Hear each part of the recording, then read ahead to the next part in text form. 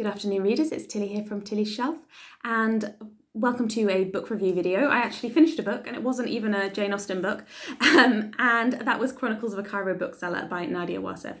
So Nadia Wassef is an Egyptian entrepreneur, and although she comments in the book about this word like entrepreneur and the way that she started to get called this thing, and she's like, am I an entrepreneur? I don't know.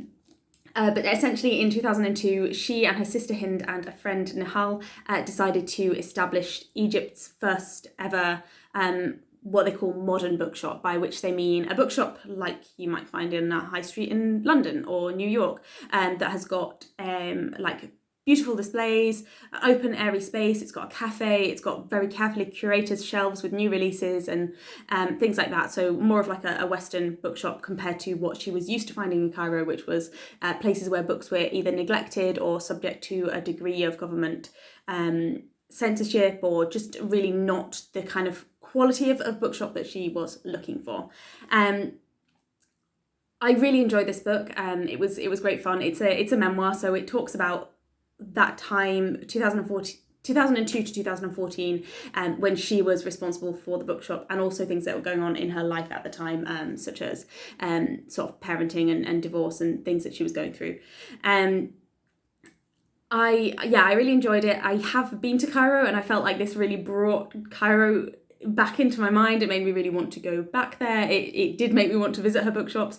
I was interested, actually. I think the cover of this is absolutely stunning. And when I looked up the bookshop to see what it looked like, I was almost kind of let down, because this is so beautiful, and she talks about the aesthetics of the bookshop a lot in the book. But it didn't actually look as beautiful as I thought it did. In my mind, I had this like palatial, gorgeous bookshop. This is a book for book lovers, and it's a book for people who like bookshops and libraries and all of those kinds of spaces. So, you know, I'm sure there are plenty of people on this corner of BookTube who would like that kind of thing. She is quite good at weaving other books into her text, particularly older Egyptian writers, classic Egyptian authors and more modern Egyptian authors. For me, as somebody who's read not a huge amount, but a smattering of Egyptian literature, it was interesting to see some of those familiar names kind of being pulled out by her and referred to for different situations. So that was great. And obviously she also mentioned a lot that made me think, I should probably read that. I'd really like to read that. So yeah, that was really interesting as well. I would say, so she structures the book by focusing each chapter on a different section of the bookshelves that she was responsible for kind of managing and stocking and organising. And it worked as a structure. It moved you through the book. It gave you an idea of what the bookshop itself was like as a kind of a physical space. But I was always very conscious of it as a structure and as a decision that she'd made to theme those chapters in the way that she had. So I felt like it didn't really come naturally to her. I don't know whether it was a suggestion that somebody had for how she could theme her memoir, but it always felt just a little bit forced. But that said, it was still really interesting, and some of the chapters were good, like talking about the business and management chapter in terms of like how they went about becoming women in business and kind of moving into that identity, like I said at the start, as entrepreneurs. And pregnancy and parenting, I enjoyed that chapter and her experience of kind of becoming a parent and going through relationship challenges in the same time as also managing a bookshop that was almost an extra family member to her, from the way that she describes it. I thought that was really good as well. One of the chapters, self-help, I found a little bit frustrating and annoying, but I find self-help books frustrating and annoying, and it sounds like Nadia does as well. So yeah, maybe it was intentional, I don't know. The other writing related thing I suppose I wanted to comment on is that she draws in occasionally extracts of what are presented as real conversations. I often found that they were a little bit stilted and didn't feel very genuine, but I suppose that's kind of an issue of how you remember what's happened and how you record what's happened, like in some cases like decades ago, or over a decade ago. And at the end of the book she talks about giving this to one of her colleagues, Nihal, and Nihal reading the draft of it and saying, if that's how you remembered it, then that's what you should write.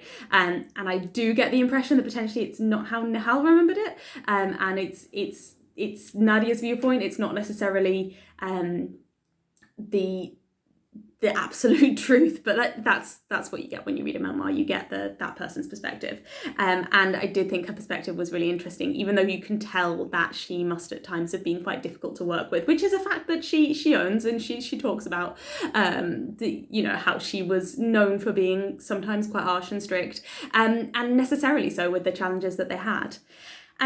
One of the best bits of this for me was thinking about it being Women in Translation Month. She wrote this book in English, but she talks a lot about the different languages at play in Egyptian literature and the challenges of having that multiplicity of languages. So she and her sister, and generally upper middle class or well-to-do Egyptians these days, are typically educated, according to Nadia, in foreign language schools. So they typically learn English or French as a main language, and then also learn some Fusha, which is classical Arabic, and Amiya, which is the colloquial Arabic that people kind of speak on the streets.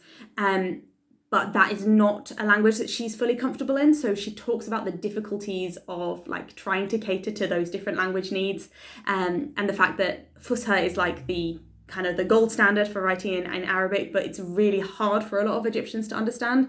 And Amiya is seen as being not so highbrow, and actually authors choosing to write in Amiya is quite sometimes quite controversial, a new thing for them to do, but Amiya is more comprehensible to a lot of people. So I found that really interesting. It did remind me a lot of a bookshop that I loved and went to several times while I was staying in Lebanon, which was Alia's Books. And I feel like, I mean, I don't know this, and I don't want to be making assumptions just because they're two countries with some geopolitical similarities. I don't want to be kind of shoehorning the two together, but Alia's Books, similarly kind of like a modern Western bookshop with a cafe, in an environment that doesn't necessarily cater to that, outside of maybe malls and things. And Ali's Books takes its name from An Unnecessary Woman by Rabi' El-Amadin, where the main character, Alia, spends her life translating works of fiction into Arabic, because she knows that there's so much literature out there that is just not accessible to people who speak her languages and love her languages. But then she translates all these books and she keeps them to herself. So I just got really reminded of that story, Alia's story, and how she kind of manages the different languages that play in her country as a result of the kind of the colonial past. I guess the other part of that Nadia acknowledges but never fully analyses is the class dimension. So the people who are in a less well-off socioeconomic position, who didn't have access to that foreign language education, and also didn't necessarily have good access to learning Fusha, are then kind of very much kept out of the literature market, and also kind of kept out of stores like Diwan. Diwan was the name of the bookshop. And she does talk about like class difficulties, I suppose, and issues that she had with her driver and her children's nanny and her cleaner and things, and issues that she had with members of staff stealing. But I often got the sense that this was kind of like little annoyances to her, rather than getting a sense that she was at all interested in those class dynamics in and of themselves. And it's not her responsibility to do that, and she it's not me being an English woman telling her as an Egyptian woman who's lived through many, many challenges to be more aware of her privileges, because that's not my position to say at all. But I did feel like that it was kind of like an interesting, not exactly an oversight, but just something that the book didn't want to go into that much depth. And I would say that this book is quite apolitical, and possibly rightly so. So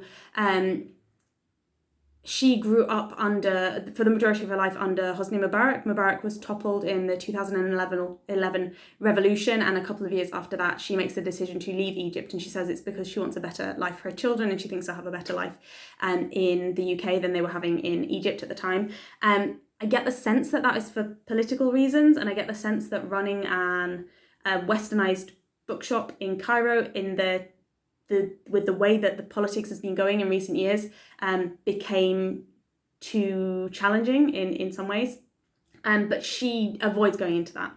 And I think I recently saw a talk by Ramy Essam, who is also an Egyptian, similar generation to Nadia Wassef, similar class, similar position at the moment in that he's living in exile. I think he's living in Finland and Sweden.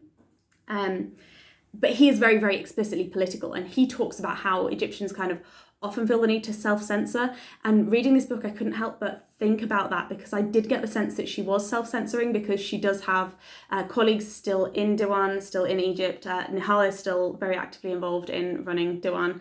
And I got the sense that she maybe didn't want to say too much about that political turmoil and that period of political difficulties and things like the class dynamics, because she didn't want to cause any difficulties for people that she still knows in Egypt, and for herself going back to Egypt on a fairly regular basis. But it might also be that she's just not so interested in politics, and that's okay too. I guess having that perspective of having just heard Ramy Essam speak, where he talked quite a lot about class and about the impact of education and the lack of education on opportunities for Egyptians as a whole, and Egyptians that don't come from such a socio-economically well-off position. I think I noticed that lack in a way that I wouldn't have done if I hadn't just heard him talk really eloquently about it. So Ros actually bought this book at Scally Dandling About the Books when we went to a festival together. Ramy was speaking at this festival. Nadia also spoke at this festival. I really wish I had actually been to see her. I was watching some Mexican music, I think, at the time instead. And that was really great. But I kind of wish that I'd had the opportunity to hear her speak and hear the questions that people asked her. And I wish I'd read it beforehand, because then I definitely would have been there and I definitely would have been asking her questions, because it's really fascinating. There is not much detail, I suppose, on how they went from their dream to the reality. And she's also very restrained in talking about whether or not she sees it as a success. Sometimes you get the sense that it's thriving, but often you get the sense that they did really struggle, and they did have a lot of difficulty with the economic climate, with the position that they had as women, with the different stores that they tried to open up in different areas, not quite working out quite as they hoped. So yeah, it was interesting that you never really get the sense of whether she feels like she accomplished what she wanted to do, or whether she didn't. But I still think what she did was fantastic, and just a real interesting thing to write about. So yeah, a book for people who love books and bookshops, and a real treat if you want to mentally travel to Cairo. She really conjures the atmosphere of the city, and how the city was for her, and just also an interesting one, I think, if you're interested in women taking on roles in business, and women kind of challenging social norms, I suppose. So yeah, definitely would recommend it. It's a very quick, easy read. I can't remember whether I said it was published in 2021, so it's a new release, and just look how beautiful it is. I just think it's gorgeous. Anyway, thank you very much for watching, and take care.